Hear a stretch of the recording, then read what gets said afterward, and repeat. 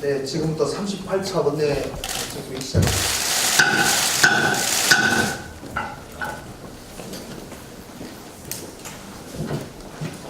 네, 어제 바른미래당은 의총을 통해서 각종 개혁 입법에 대한 우리 당의 입장이 관철되도록 요구하기로 했습니다. 이것이 관철되지 않으면 소위 패스트트랙 절차를 더 이상 진행하지 않기로 했습니다. 바른미래당의 요구사항은 공수처법과 관련해서 7인의 공수처장 추천위원회를 구성할 경우에 야당 추천으로 3인을 확보해달라는 것입니다. 공수처장 추천 시 추천위원회에서 5분의 3 이상인 5인 이상의 동의를 얻도록 해서 실질적인 야당의 비토권이 가능하도록 해달라는 것입니다. 중립적인 인사를 임명하고 편향적인 인사를 막기 위한 최소한의 요구사항입니다. 또 공수처의 기소와 수사를 분리하는 사항입니다. 이러한 점들은 공수처장의 정치적 중립성 확보, 또 견제 기능 확보 등 공수처가 국민을 위한 기관으로 거듭나도록 하는데 반드시 필요한 조치라고 저희 당은 생각합니다.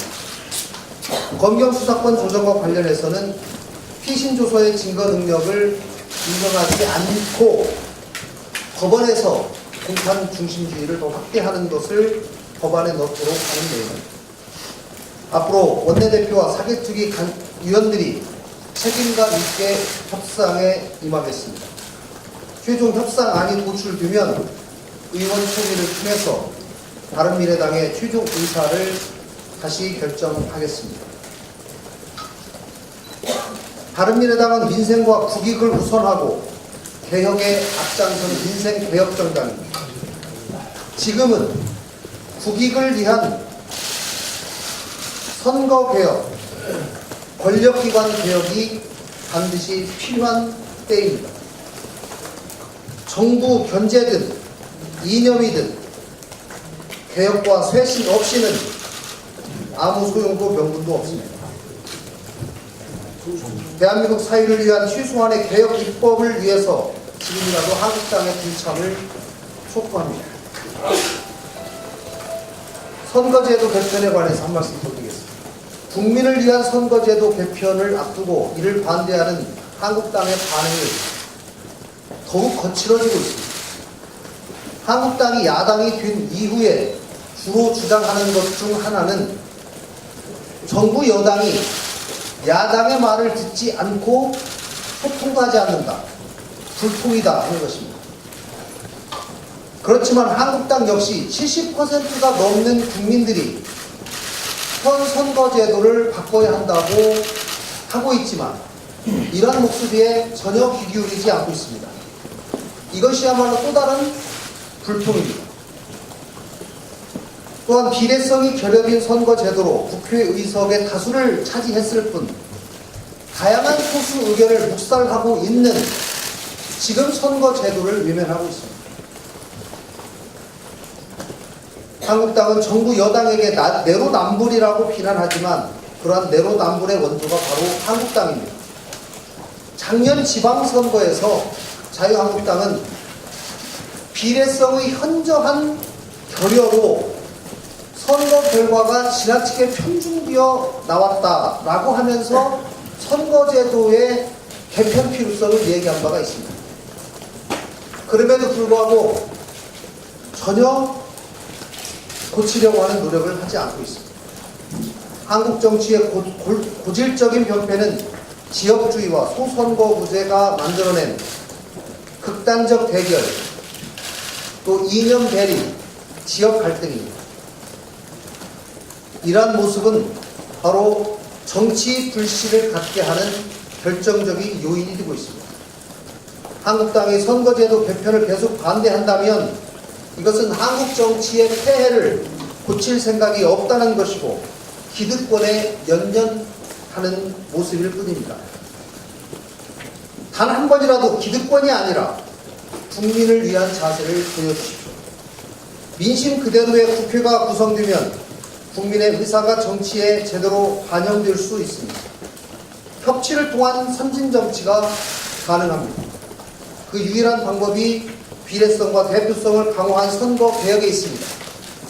국회의원 선거 제도가 바뀌면 이것은 지방선거 제도에서의 비례성 확대로의